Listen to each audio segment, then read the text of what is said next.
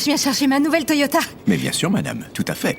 À vos marques, prêts, partez! En ce moment, repartez rapidement avec votre nouvelle Toyota Yaris hybride à partir de 219 € par mois, entretien inclus. Et bonne route!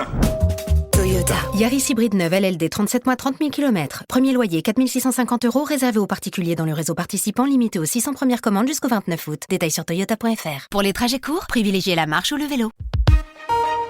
L'éditorial du Figaro. France de droite, cap à gauche, par Alexis Brézé. Coup de tonnerre, le barrage républicain, érigé en toute hâte pour barrer la route au RN, a si bien fonctionné que c'est le nouveau Front populaire, cette alliance de partis de gauche qui arrive en tête de ces élections législatives. Pour le Rassemblement national, c'est un sévère échec que sa progression au siège ne suffit pas à effacer. Il était aux portes du pouvoir, il avait largement gagné les 2 premiers scrutins en agrégeant leurs voix contre lui malgré leurs différences d'opinion. Les Français qui se sont massivement mobilisés lui ont clairement dit non. Ce parti a beau réunir un tiers des électeurs, ces thématiques ont beau s'imposer dans l'opinion, il continue de nourrir la crainte et la défiance d'une majorité de nos concitoyens. Conséquence, la gauche s'impose. Au soir du premier tour, bien peu y croyaient. Les fins stratèges de la Macronie, Gabriel Attal en tête, nous l'expliquaient doctement. Il n'y a aucun risque à voter pour le Front populaire qui ne peut pas gagner. Résultat, dans une France qui n'a jamais été aussi à droite, les élections européennes et le premier tour des législatives l'ont amplement démontré, c'est en se tournant vers la gauche qu'Emmanuel Macron, il n'a pas le choix, va tenter de composer le gouvernement. Le président peut se réjouir d'avoir gagné une 3e fois son match face à Marine Le Pen. Même s'il perd des dizaines de députés, son camp résiste nettement mieux que prévu. Mais cette victoire d'un soir ne doit pas faire oublier le chaos qui se dessine. La clarification qu'il appelait de ses voeux précipite la France, et sans doute pour longtemps, dans la plus grande confusion.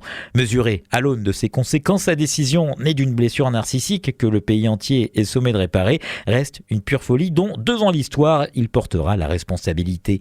Car les résultats sont là. L'Assemblée nationale, demain, sera plus ingouvernable qu'hier. Emmanuel Macron a perdu la majorité relative.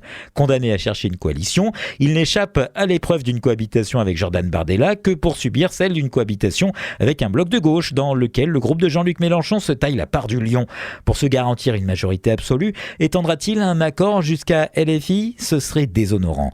Arrivera-t-il, contre Jean-Luc Mélenchon, à composer une large majorité relative plurielle avec des socialistes et des écologistes au gouvernement? En tout état de cause, il lui faudrait en payer le prix. Dans un bel ensemble, socialistes et écologistes réclament déjà l'abrogation de la réforme des retraites, le retour de l'ISF et la suspension de la loi immigration. Être en apparence moins radical qu'un insoumis incendiaire ne fait pas de vous un modéré. Gare au choc en retour, dans ce hiatus démocratique mijote déjà la colère des électeurs RN qui ont le sentiment qu'on leur a volé leur élection, mais aussi la frustration de ces Français du centre et de la droite hostile à Marine Le Pen qui ne se sentent pas socialistes pour autant.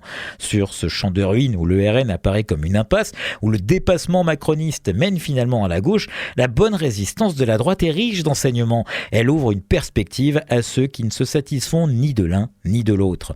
Une chose est sûre, la France s'installe et pour longtemps dans une période d'instabilité politique dont la Ve République semblait devoir nous prémunir. Dans ces temps troublés, nos lecteurs pourront compter sur leur Figaro, fidèle à ses valeurs de toujours, libérales, conservatrices, européennes, pour défendre sans faiblesse ni esprit de parti, dans le respect des principes démocratiques et républicains, cette culture de la liberté que nos journalistes portent haut depuis 2 siècles.